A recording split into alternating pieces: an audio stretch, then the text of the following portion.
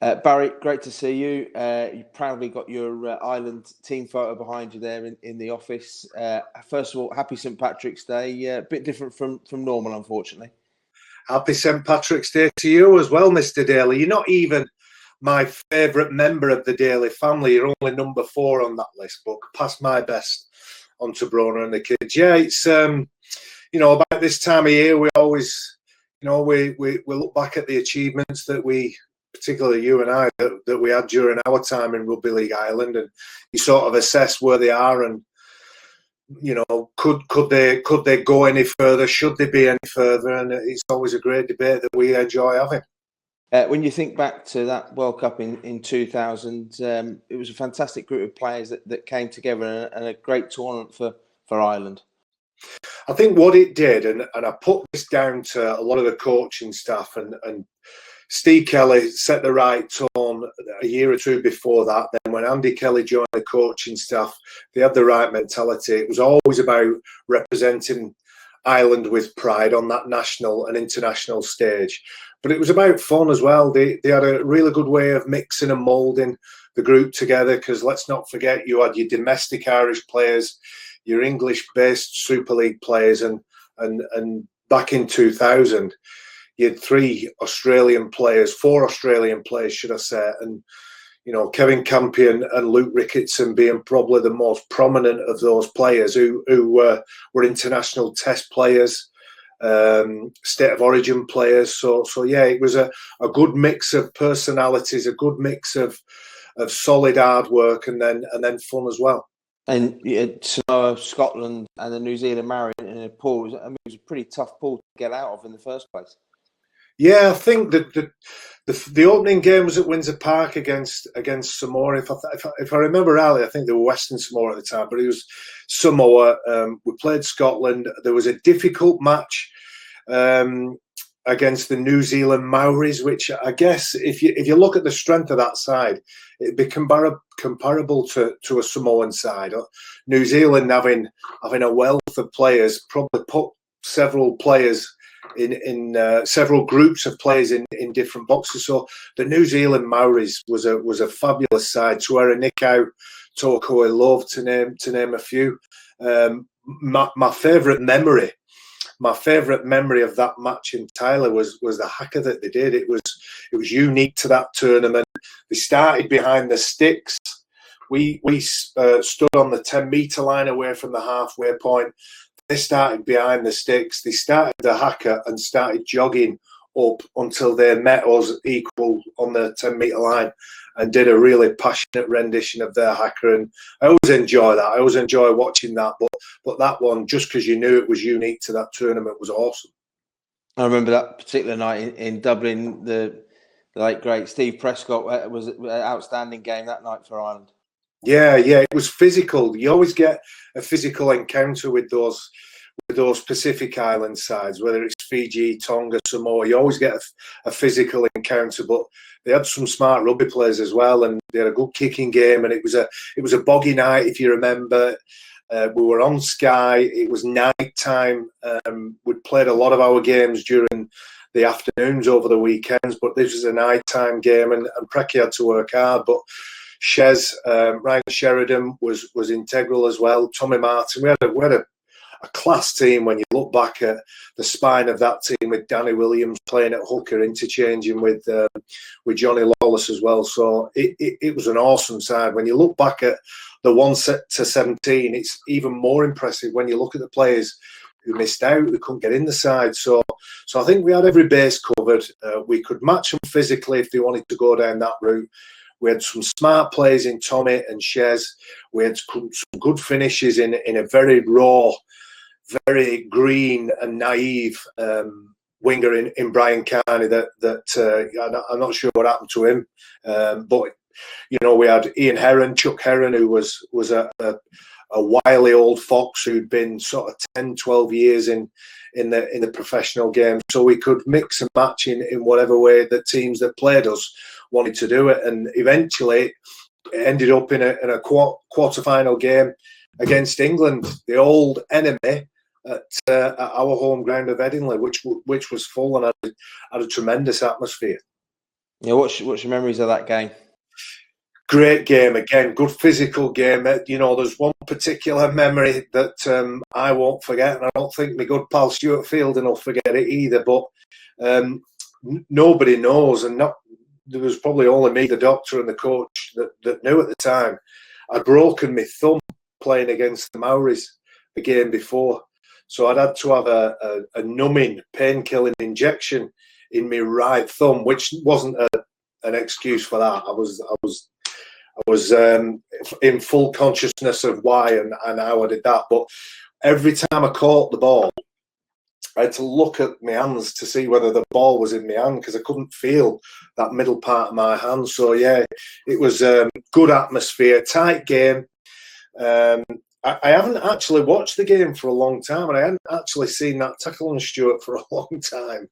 And it does not age well in today's game. It doesn't age well because I think you'd probably be looking at a 6 or 12 match suspension and an 8-week custodial sentence down the road. But it was a tight game, and I remember Kevin Campion. If Kevin Campion, who made a break, would have scored on that break, I think we'd have had a decent chance of winning. If I remember rightly, it was young Stu Fielding who chased back and got Campo and prevented Ireland from getting in front on the scoreboard. But again, well matched, good contest. England went on and went through to the semi-final against New Zealand and were beaten badly in that semi-final. But yeah, just great game, great memories, and everything about the Ireland rugby team was about togetherness. It was about unity and doing it for one another. And we did it on the pitch, we did it off the pitch. We had people whose time I enjoy and still spend time with now. And the real shame out of that tournament was the momentum that it created for the Ireland team wasn't really able to continue. It'd be 8 years until the next World Cup. Yeah. Obviously, you were involved with that and on the management side at that time. But you know what could have happened maybe 4-5 years later if there had been a tournament in between that? Because a lot of the players, you obviously 4 years later, it was 2004. You were a grand final winner with the Rhinos. Then you were still playing. A lot of the players were still playing then. That's right. The bulk of that group, and as we know a lot with teams like Scotland, Ireland, Wales, it's not the World Cups that you worry about. It's the time in between. Those showpiece teams, those tournament teams are always of a decent standard and a decent quality. It's the bits in between. It's when you're playing in those lesser prestigious tournaments, and it's also about developing the domestic players, developing the players that are playing for the likes of the Dublin Blues and the Galway Tribesmen. We need to support that competition over in Ireland a little bit more and give them some information, give them some support, give them what they need to get onto that next level. But you're right, that missing tournament in 2004 or 5, whichever one it would have been, that would have been an interesting tournament because all those players that played in 2000, barring a few of them, would have been available and had spent time together. 2001, 2 and 3, it was a bit sporadic because Great Britain in 2001, 2 and 3 was at the end of every year. So I think there was a couple of Aussie tournaments and a Kiwi tournament in those 3 years. So 2004, if you'd have assembled an Irish squad similar to the one in 2000, who knows how far they'd have gone. I know it's a debate we've had many, many times. There are some unsung heroes in Rugby League Ireland, but there's also some missed opportunities, and it's not always that people haven't got the desire, they haven't got the will. It's just sometimes those things don't get off the drawing board because a lack of funding or a lack of finance or sometimes something as basic as getting people involved that can actually deliver some of that content. And then that 2008 World Cup, obviously it was the centenary of the game down under. It was a big showpiece for the sport in Australia. What's your memories of that tournament? Well, I'd been involved in the coaching setup with Ireland since retiring. Andy Kelly was the head coach. Tez O'Connor was part of the management staff. So I had a very similar feel to the 2000 World Cup. We tried to bring a lot of that philosophy, a lot of that unity from our own playing experience into the environment over in Australia. We were based in Narrabeen. We had a brilliant build up to it. We trained really hard. Again, we tried to mix the enjoyment side of it and tried to keep that fun element to being on tour. We played, I think, Tonga and Samoa in that tournament. Managed to graduate through to the next round and played Fiji. Managed to leave the group and played Fiji and got well beaten on the Gold Coast. But some terrific players and some players that have gone on to have a career that benefited from that experience. So again, you're always dealing with domestic players. You're always trying to integrate some of those Super League and Championship players, and then pull some of the NRL players that put their hand up. And in 2008, I think we did better in 2000, but 2008, I would say was a if not the same, maybe just slightly not quite as progressive as 2000, because the acceleration from the World Cup in 1995, when Ireland was involved in the Emerging Nations World Cup, through to the 2000 World Cup, 2008. I think, truth be told, both Andy Kelly and myself and the playing group, we thought we had a chance against Fiji, but we're well beaten on the night. And Ireland's return to Headingley in this year's World Cup. They've got 2 games at Emerald Headingley against Jamaica and against New Zealand. And from that quarter-final experience, just how obviously the Irish community in West Yorkshire, but right across the north of England, will be out in force to cheer the team on. Yeah, I'm really pleased they're based in Leeds as well. I think it's a good step for Stuart Littler and his side. I think he'll be able to work with the people around the city. We know ourselves, the Leeds Irish Centre over on York Road, wonderful people, a great network to tap into, not just for fans who'll put bums on seats, but tapping into some of that stuff that you need when you're on tour. You need friends, you need allies. You need allies along the way, for things that crop up while you're on tour. So keeping that group of players solid and together, and making sure during a tournament that things go your way as a coaching team and a management outfit. So yeah, delighted they're going to be at Headingley. Of course, I'll be going up watching. I'll be hopefully cheering them on to at least one victory. Jamaica, unknown quantity that it is. I'm sure they'll have a decent side, but I'll be cheering Ireland on, and hopefully they'll get the victory there. And who knows, against some of the top tier teams. We've seen Ireland play Australia. I think that was the last home World Cup where they played over in Limerick. They did okay. Ultimately, the scoreboard ran away with Australia, as you'd imagine. But if they can get the things in order and give New Zealand a good game, then they have a chance of progressing out of their group as well. And obviously these days, Barry, we're used to seeing you on Sky Sports and the coverage of the Betfred Super League. Whilst the players have been gearing up for the new season in pre-season, are your own pre-season plans coming to fruition now? Have a week to go? Well, I have walked the length and breadth of Oldham, a little bit of running, a little bit of outdoor exercise, indoor exercise. I still believe in being physically healthy, mental well-being and all that. I think it's been an unbelievable year. We've learned so much about society, about what we do and don't need, about social interaction. So listen, I'm desperate to get back to rugby, desperate to get back watching rugby league matches.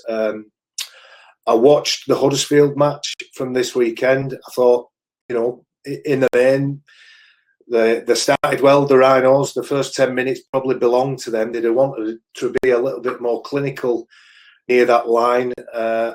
Huddersfield are a decent outfit this year. I think they'll go all right. But the thing that excites me about the Rhinos, and I've always been a champion of this particular part of our game, is the young kids. I think we've got some crackers coming through. I'm a big fan of Jack Broadbent. I think if he doesn't get in that first game with with a couple of injuries, one that happened to Ash Shanley at the weekend, then I think he's desperately unlucky. Levi Edwards looks a prospect. Of course, Jared O'Connor, I've known since day dot, and I've known exactly what he's going to bring to the table, but I think he's showing a little bit more each time he gets on the field. And Liam Tyndall, and the surprise one for me, and I must admit, his dad was a wholehearted player, but Morgan Gannon looks like he's got, you know, the rugby playing abilities. He can do it tough if he wants to, but it looks an altogether more well-rounded player. I'm not being unkind to his dad. His dad was paid to cut the pigskin up, and he did it well. But I'm excited to see how he's going to develop on that big stage as well. So some exciting times, I think, for the Rhinos. If we can keep some of those major players fit and healthy, and I'm looking at Zane Tetivano. I think we've missed a little bit of grunt for a while now since JP and Kyler retired. We haven't had anybody in the middle that can command that respect and make people just look and sort of, before they catch that ball and decide where they're running, see where he is in that line. I like the toughness of Bodine Thompson. I could go through the full balance of the side and think that everything's just about where it can be and where it will make the Rhinos most effective, but it's about keeping everybody healthy. We've already seen that Luke Gale may or may not make the start of the season. That's going to affect how everybody else fits into that side. So yeah, it's looking good. It's looking exciting. At last, that crop of next players. Having watched them play last year, I watched every game that the young kids were put in. There wasn't anybody that I didn't look at and think, yeah, they could fill that gap. And it's not the strength of you want to 17, you want to 25. It's as you start going down the batting order, and the more strength in depth that you've got, but the more trust in that depth that you've got, then the safer the season's going to be. It's an exciting week for Sky Sports as well. The Rugby League takeover of the Sky Sports Arena channel. Lots of old footage being shown. No doubt some of yourself and your prime as well, and some new shows as well, building up to the start of the season. It looks good. Sadly, for everyone in my house, or I'm saying everyone, maybe just me and my mum, there isn't that many games that I played in, but nostalgia, as I think, if anything, in this COVID break here, we've all craved that little bit of nostalgia. I've loved watching some of the old games that you forget about, and I've had a good look at the list of games that are going to be on. There's some real crackers, some absolutely outstanding games. There was a semi-final against Warrington where Leeds played Warrington. Kevin Sinfield kicked a goal. It was the pink and blue kit. Is it 2014 that? 2012. It's one of the best games of rugby league I've seen in a long time, and I'm really glad that made it back into the pecking order. But to have that presence on one channel, and for it to be 24/7, and for us to be able to set our plans and go, I'll have that, and then come back to it is a joy. But the main thing is the return of Super League. I'm really looking forward to it. I think, as I said, a few teams have bought well, Huddersfield being one of them.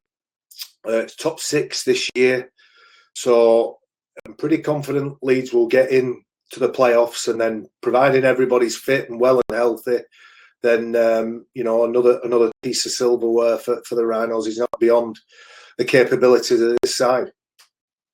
And to bring everything full circle on St Patrick's Day, one of the games being featured is the Charity Shield between Wigan and Leeds back in 1995, which I think you took part in as one of your first games for Leeds, having come from Wigan. No, actually. So I was at Wigan. Was told I wasn't selected for the Wigan side. Played for Wigan A team against Hull and got a 5-match ban. And that was Wigan who went, "You're out of here." So I was a very interested spectator, sat at home watching that game. Big fat Tez O'Connor played, came off the bench and did really well. And I think, having watched that game, I had a few sort of things going on in my mind about where I was going to go next. But Leeds were first up on that list of also-rans, as it was in the mid-90s when Wigan were winning everything. So it's sort of bittersweet to me, that Charity Shield. I would love to have been there. But do you know what? I'm glad I didn't go, because it was the final nail in the coffin that was my Wigan career. And God bless them, Wigan. They made the decision for me, and it's the best thing that ever happened to me in my career. So yeah, that was an interesting period. That, and you and I have both been to Leopardstown and had a look at that setup there. And Charity Shield, will it make a comeback? I'm not so sure.